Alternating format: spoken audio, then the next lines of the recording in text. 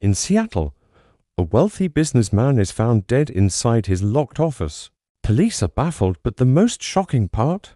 The security camera was on the entire time, yet it recorded nothing. Just a black, silent screen. How do you solve a murder when the only witness was blind? Detectives step into the pristine office. There are no signs of a struggle, no forced entry. The victim's computer has been wiped completely clean, and the heavy office door is locked from the inside. It's a perfect locked room mystery. The only strange detail is the security camera on the wall. Its little red light was blinking, indicating it was recording. But the footage is a void. It's as if the crime never happened. The lead detective knows something is deeply wrong. This wasn't a simple crime. It was an assassination, planned with chilling precision. How could someone get in, commit a murder, wipe a computer, and vanish from a locked room, all without leaving a single trace on camera? The digital forensics team gets to work, trying to recover anything from the corrupted video file. For days, they find nothing. Then, a breakthrough. Deep within the black screen, they find a single 2-second glitch. It's a flicker of data, almost invisible. When they enhance it, a shape appears, a dark, fleeting shadow entering the office. There's no face, no clear form, just a ghostly silhouette that appears and disappears in an instant.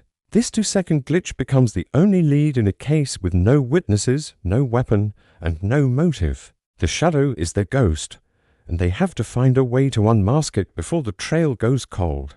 Investigators start interviewing everyone in the building. The overnight janitor remembers hearing a strange sound around 2:14 a.m. He describes it as a sharp, metallic click, but he dismissed it as a pipe settling. An employee in the neighboring office, working late, saw a man in a dark hoodie moving quickly down the hallway, but didn't see his face. Then, the building's security guard drops a bombshell. A fake fire alarm went off that same night, causing a brief panic and drawing security away from their posts. The pieces are starting to form a picture. The click, the hooded figure, the fire alarm. This wasn't just a murder. It was a multi-stage operation. The killer wasn't just good, they were a professional. The forensics team goes over the office with a fine-tooth comb, looking for anything the killer might have missed. Under the victim's desk, they find a tiny, almost microscopic metal shaving. Near the door, they discover a very faint boot print, partially wiped away. But the most revealing clue is on the door lock itself. There are fresh, microscopic scratches on the internal mechanism, suggesting it was manipulated from the inside. The metal shaving is sent to the lab, and the results come back with a match. It is a rare alloy used exclusively in high-end signal jammers. Suddenly, the silent camera makes sense.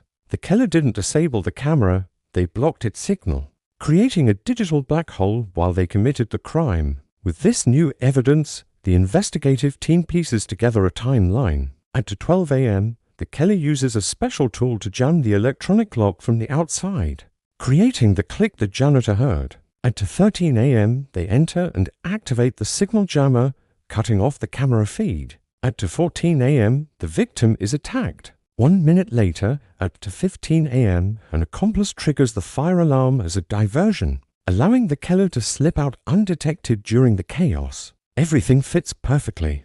But one question remains, a question that could unravel the entire case if the killer left the office. Why was the door found locked from the inside? It seems impossible. Frustrated, detectives dig into the victim's life and uncover a trail of secret, high-risk financial deals. He had recently cost a business partner millions of dollars in a failed venture. This partner had a clear motive, but there was a problem.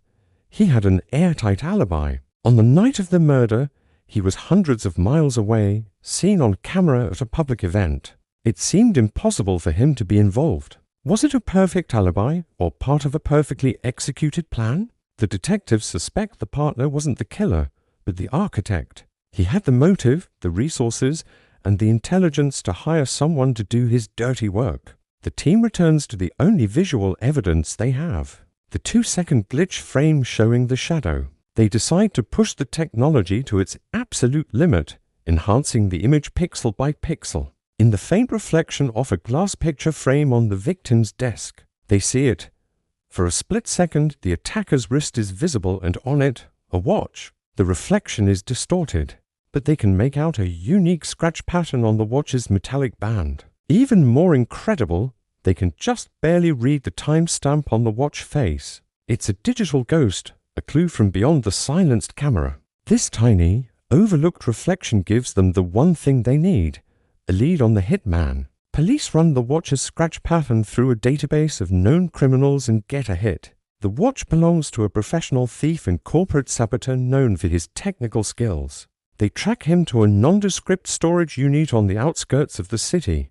When they raid the unit, they find everything: the signal jammer, the victim's missing financial documents, and the dark hoodie with faint metal residue matching the shaving from the office. But the final piece of evidence is a scribbled note on a table. Payment complete.